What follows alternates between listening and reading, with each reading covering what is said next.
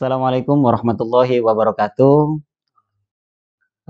Sahabat hikmah yang dirahmati Allah Subhanahu wa taala dan pemirsa IAS Media yang berada di seluruh Nusantara yang berbahagia. Alhamdulillah berjumpa kembali bersama kami di channel kesayangan kita yaitu IAS Media.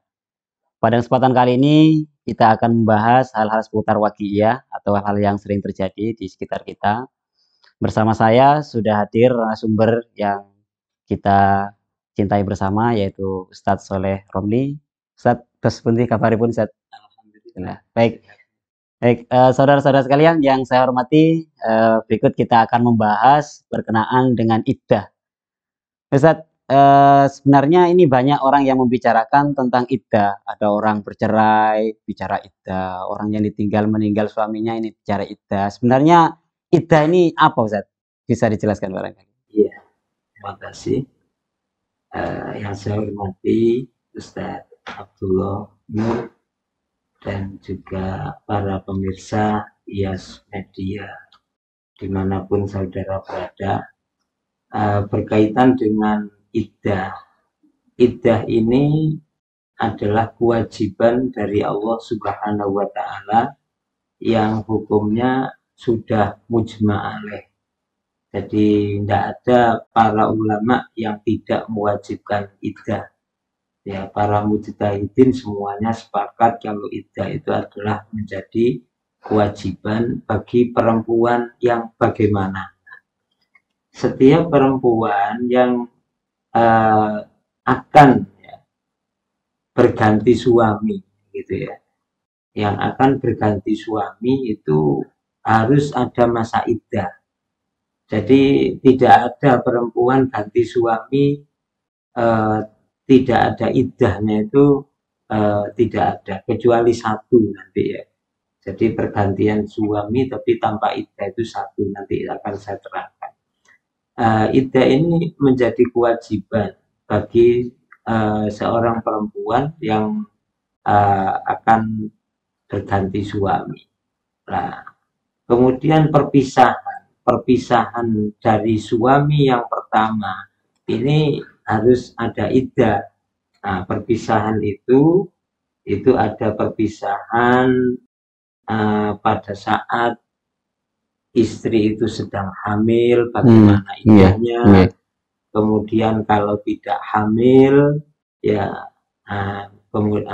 perpisahannya dalam kondisi seperti apa, misalnya disebabkan apa, disebabkan cerai wafat ataukah cerai hidup, ya ini iddahnya akan berbeda-beda. Jadi yang jelas adalah iddah ini menjadi kewajiban bagi seorang perempuan yang pisah dari suaminya. Demikian. Lebih jauh lagi Ustadz, barangkali bisa didefinisikan atau lebih dijelaskan kepada pemirsa pengertian dari iddah itu sendiri apa Ustadz? Sehingga itu menjadi kewajiban bagi seperti yang sudah Ustadz jelaskan tadi bagi perempuan yang akan berganti suami seperti tadi Ustadz. Iya. Iddah itu adalah merupakan pengertian iddah itu adalah masa perempuan itu harus menunggu. Jadi diistilahkan dengan muddatun tatarabbasu fiha almar'atu. Suatu masa di mana perempuan itu adalah tarobus, jadi menunggu bersihnya rahimnya.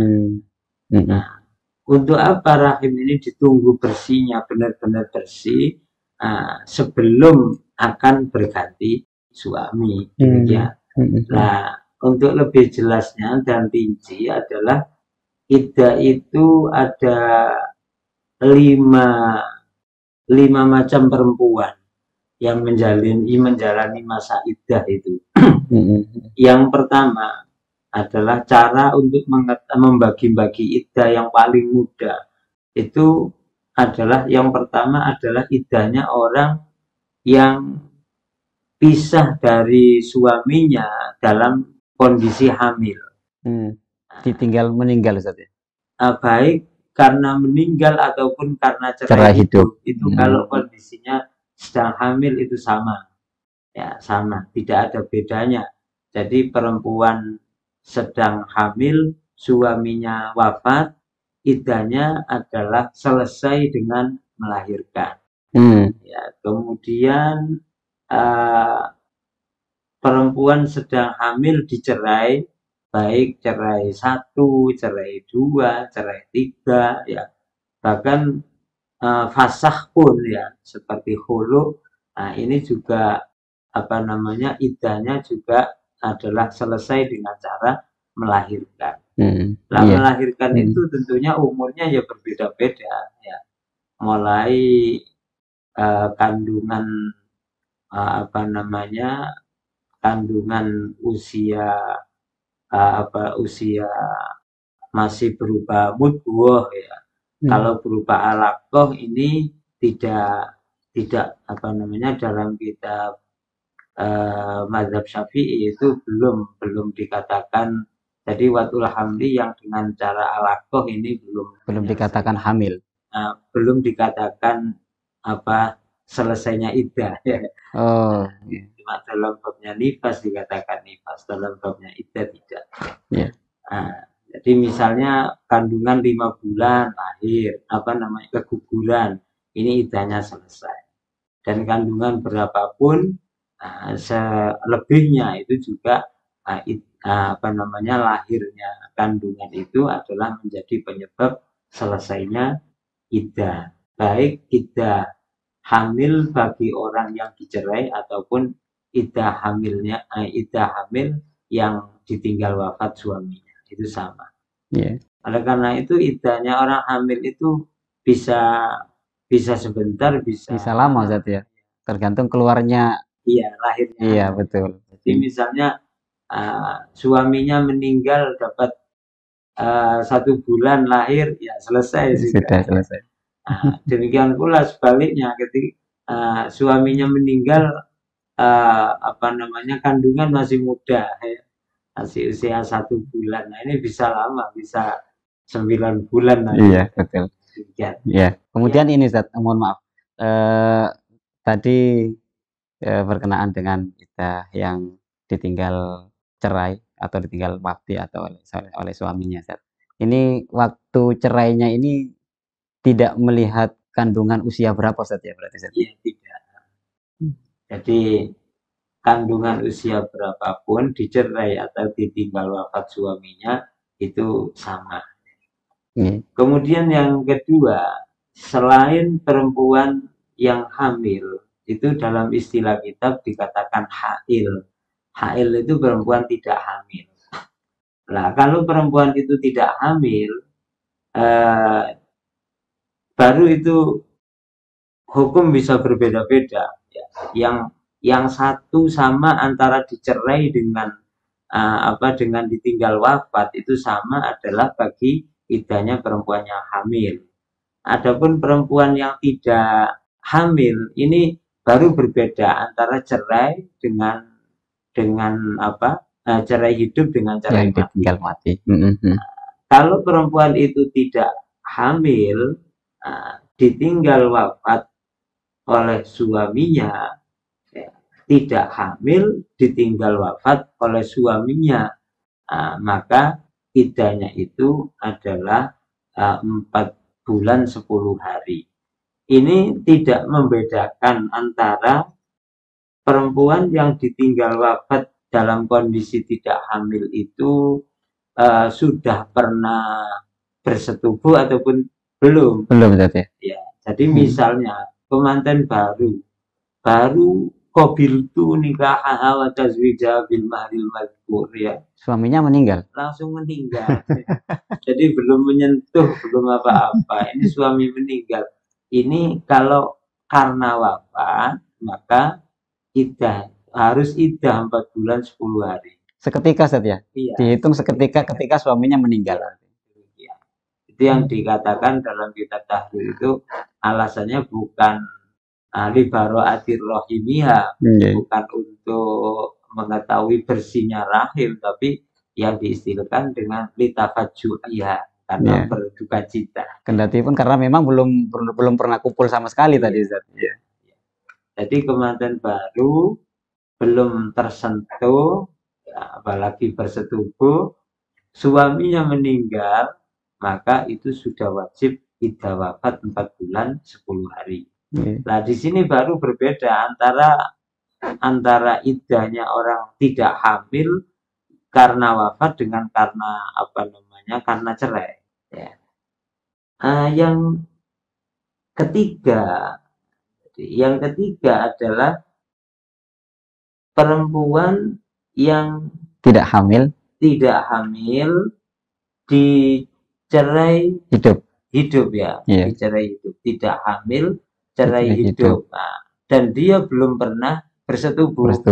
Ini yang disebut dengan hail, tidak hamil, kemudian cerainya cerai hidup dan belum pernah bersetubuh. Nah, ini yang tidak ada iddahnya. Nah, tidak ada masa penantian bagi si perempuan saat itu. Iya, makanya jadi ya cerita guyonan. Ini mudah-mudahan tidak terjadi ya. Jadi misalnya ada kemanten baru kok bertengkar ya. Belum pernah kumpul. Kuade masih belum belum selesai. Ya. Dirias, kemudian masih banyak para tamu. Ini kok terjadi cekcok kemudian cerai di saat itu. Nah, maka kalau ditolak 1, tolak 2 ataupun tolak 3, ini enggak ada iddahnya. Jadi seketika itu kuadinya sudah bisa diduduki oleh suami yang baru. Ya. Boleh ada yang maju berarti Ustaz. Jadi ini karena tidak ada iddahnya. Tidak ada iddahnya, artinya kuade itu bisa langsung digantikan oleh suami yang baru, tidak sia-sia. Ya, beda dengan iddah wafat. Kalau iddah wafat ini nggak bisa. Jadi walaupun kemanten baru dan belum pernah disentuh sama sekali, para tamu sudah banyak ya. Nah, kalau suaminya wafat tetap harus ada iddah. Ya. Berarti 3 ya. Kemudian yang keempat adalah perempuan tidak hamil, cerainya cerai hidup dan pernah bersetubuh. Nah, maka ini masih dibagi menjadi 2. Ya. Perempuan tidak hamil, cerainya cerai hidup, pernah bersetubuh. Betul. Nah, yang hamil sudah dibahas di depan. Betul, ya. Ini tidak hamil, cerai hidup, pernah bersetubuh. Nah, ini ada 2 macam. Ada perempuan itu kondisinya pernah mengalami haid. Ya, pernah mengalami haid dan belum masuk kepada usia 60, yaitu usia yaksu sudah berhenti haidnya, menopause ya. Apa istilahnya? Menopause yang saya tahu. Iya. Nah, ini iddahnya pakai 3 bulan. Jadi pakai 3 bulan. Salah satu asyhur ya. Pakai 3 bulan, katakanlah 30 hari 3 kali. 90 hari.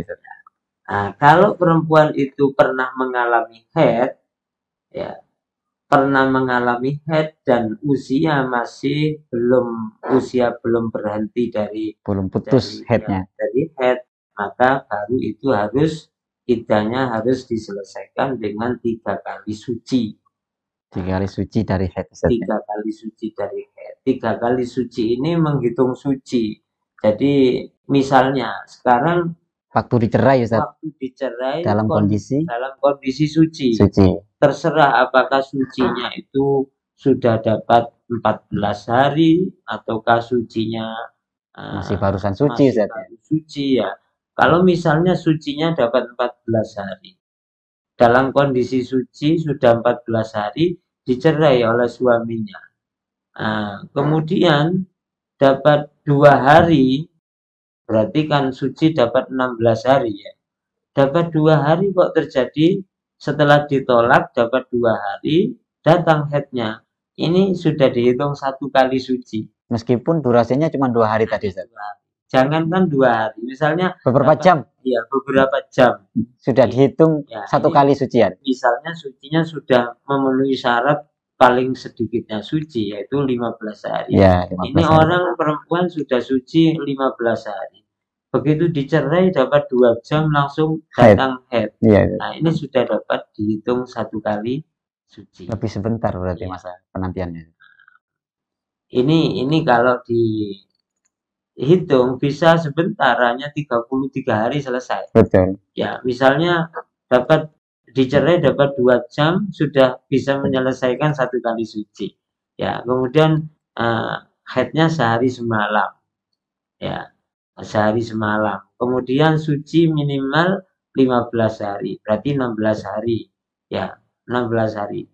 Haid lagi. Kemudian haid lagi. Sebentar. ke-17. Iya, kan? Hari ke-17 sudah dapat 2. Betul. 2 kali suci. Ya. Hari ke-17 haid sehari semalam, hari ke-18 suci sampai hari ke-33. Masya Allah, iya. Hari ke-33 sudah 15 hari. Nah, kemudian haid di hari 34 ini sudah sangat sebentar, ya. Hitungannya sangat sebentar. Jadi tidak menghitung bahwa dia dicerai oleh suaminya dalam keadaan suci, kemudian haid, kemudian suci, bukan suci yang kedua ini yang dihitung, bahkan suci yang ketika dia dicerai saat ini. Iya. Oleh karena itu masa iddahnya perempuan itu yang pakai 3 kali suci itu bisa panjang ketika ditolak dalam kondisi haid. Iya, Ustaz. Betul. Kalau ditolak dalam kondisi haid, sekarang kondisi haid ditolak. Ini belum terhitung 1.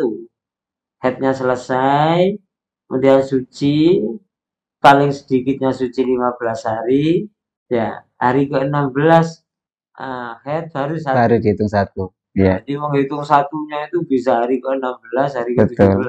Betul. Sedangkan nyata dia hanya 2 jam sudah. Jadi kalau ada perempuan dicerai pas waktu haid, dia baru mengeluarkan darah haid. Jadi nunggu sucinya dulu saja. Suci, habis itu suci itu harus nunggu minimal 15 hari. Baru itu yang dihitung. Nah, ini sudah 5 macam macam-macam iddah, macam-macam perempuan yang mengalami iddah ya. Jadi iddahnya pakai apa? Lah ini ada 5 macam. Dan semua 5 macam ini terkandung di dalam ayat Al-Qur'an.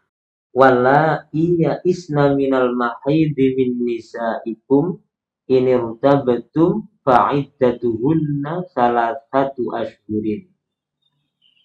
Diatofi dengan wallahi lam yahidna. Jadi orang-orang perempuan yang sudah luas berhenti dari haidnya, ini iddahnya adalah 3 kali 3 bulan, ya, iddahnya 3 bulan. Demikian pula wallahi lam yahidna. Jadi perempuan yang tidak pernah mengalami haid di masa hidupnya. Ini 3 bulan. Kemudian ayat berikutnya, lanjutan dari ayat wa ulatul ahmali ajaluhunna ayyadhna hamlahun. Adapun perempuan-perempuan yang mengandung, maka masa iddahnya adalah ayyadhna hamlahunna. Hendaknya mereka melahirkan kandungan. Al-ayah. Kemudian iddah wafat itu juga diterangkan di dalam kalau iddah wafat diterangkan di dalam surat Al-Baqarah. Ya. Surat Al-Baqarah ayat 234. Allah Subhanahu wa taala berfirman, "Walladzina yutawaffawna minkum wa yadharuna azwajay yatarabbasna bi anfusihinna arba'ata ashhurin wa 'ashra." Orang-orang yang meninggal dunia dari kalangan kamu dan meninggalkan istri-istri, maka istri-istrinya adalah harus menjalani iddah selama 4 bulan 10 hari. Di dalam ayat ini tidak membedakan antara yang pernah bersetubuh ataupun tidak. Kemudian ayat yang menunjukkan bahwa perempuan yang cerainya itu cerai hidup dan belum pernah bersetubuh, ini diterangkan di dalam surat Al-Ahzab ya. Surat Al-Ahzab ayat 49. Ya ayyuhalladzina amanu, wahai orang-orang yang beriman, idza nakahtumul mu'minat, apabila kamu menikahi perempuan-perempuan mukminah, tsumma talaqtumuhunna, kemudian kamu tolak, min qabli an tamassuhunna, sebelum kamu menyentuhnya, sebelum kamu bersetubuh pada mereka, famalakum alaihinna, maka bagimu tidak memiliki hak alaihinna, yang menjadi kewajibannya istri yang ditolak belum didukhul tadi, min iddatin ta'taddunaha, yaitu tidak ada keharusan melaksanakan iddah yang mana kamu semua mengiddahkannya. Kemudian yang keempat, perempuan-perempuan yang ditolak dalam kondisi tidak hamil dan dia pernah mengalami datang bulan, ini diterangkan di dalam surat Al-Baqarah ayat 228. Allah berfirman, wal mutallaqatu, perempuan-perempuan yang ditolak, yatarabbasna bi anfusihinna, mereka harus melaksanakan iddah salasata quru, selama 3 kali suci. Jadi ini 5 macam perempuan yang harus menjalani iddah dan 1 yang tidak ada iddahnya. Tidak ada iddah tadi. Ini semuanya diterangkan di dalam Al-Quran. Jadi Al-Quran sudah lengkap, itu 5 macam. Betul. Ya, demikian tentang iddah.